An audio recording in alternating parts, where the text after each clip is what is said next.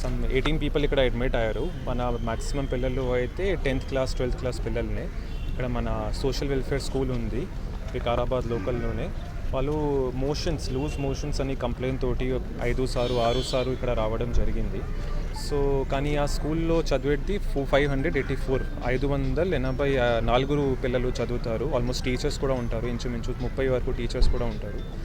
So అందరూ ఆ same water ఆరో ప్లాంట్ ఉంది నాకు రిపోర్ట్ వారికి కూడా అందరి పిల్లలు ఎక్కడైనా 18 పిల్లలు అడ్మిట్ అయ్యారు. వాళ్ళకి బ్లడ్ రిపోర్ట్స్ కూడా పంపడం జరిగింది, స్టూల్ రిపోర్ట్స్ కూడా పంపడం జరిగింది.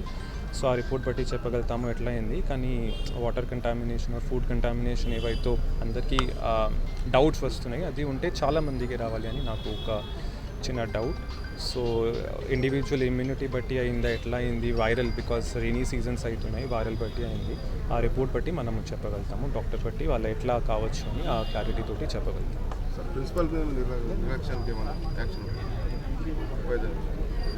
ప్రిన్సిపల్ యాక్షన్ ఇప్పుడైతే మనము ఏం అనుకోవట్లేదు. బికాజ్ ఒక అవుట్ బ్రేక్ లాగా ఉంది అందరి మీద ఉంటే అప్పుడు నాకు కూడా అదే ఉండేది, కానీ కొంతమంది పిల్లలకి వచ్చింది. సో దట్స్ వై ఎప్పుడో అయితే నా దృష్టికి అలాగా ఏమైతే చర్యలు లేవు. పిల్లలపై స్కూల్ లోపల కొన్ని కేసులు అయినాయి, మోషన్స్ పెట్టినాయి, వామిటింగ్స్ అవుతాయని పేపర్లలో టీవీలలో చూడడం జరిగింది. ఇమీడియట్గా ఈరోజు కలెక్టర్ గారి దగ్గర రివ్యూ మీటింగ్ మన ఆర్ఓబికి సంబంధం కానీ లేకుంటే మెడికల్ కాలేజ్ అదేవిధంగా హాస్పిటల్కు సంబంధించి రివ్యూ మీటింగ్ తీసుకున్నాము. దాని తర్వాత హాస్పిటల్ను విజిట్ చేసినాము, అట్లనే స్కూల్ను కూడా విజిట్ చేద్దామని వచ్చినాము. మీకు అందరికీ తెలుసు, మీకు కూడా తెలుసు, తెలియని విషయం అంటే ఏం లేదు. 2012 లోపల ఈ స్కూల్ శాంక్షన్ అయింది. ఆ రోజు నుంచి ఈ రోజు దాకా దీని రిపేర్స్ కానీ లేకుంటే వేరే డెవలప్మెంట్ కార్యక్రమాలు ఏవి జరగలేవు ఇక్కడ. మరి అవన్నీ చూసినాం. తప్పకుండా ఈ పిల్లలకు కూడా 800 పైచిలకు మంది విద్యార్థులు ఇక్కడ ఉన్నారు. కానీ 50 మందికో 40 మందికో ఈ మోషన్స్ వామిటింగ్స్ జరిగినాయి.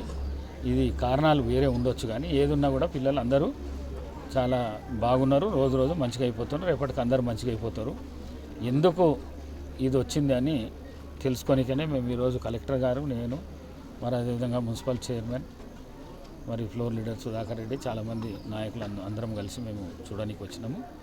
తప్పకుండా అతి తొందర లోపల మీకు తెలుసు, నేనున్నప్పుడే కొత్తగడి స్కూల్స్ కానీ అంతగారిపల్లి స్కూల్స్ కానీ తీసుకొని వచ్చిన.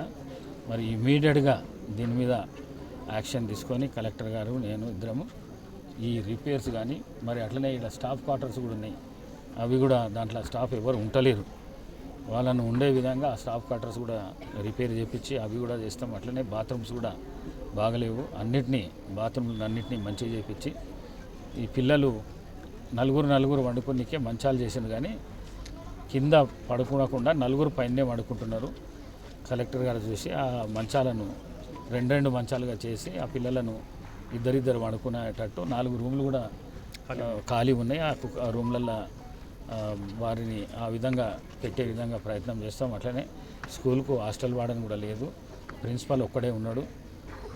ఒక్కంతో చాలా కష్టమైన పని, ఇంతమంది పిల్లలను ఇది చేయాలని అంటే కలెక్టర్ గారు చెప్పిండ్రు. అతి తొందరలో ఒకట హాస్టల్ వార్డెన్ను కూడా తీసుకొని వస్తాం ఈ స్కూల్కు. మరి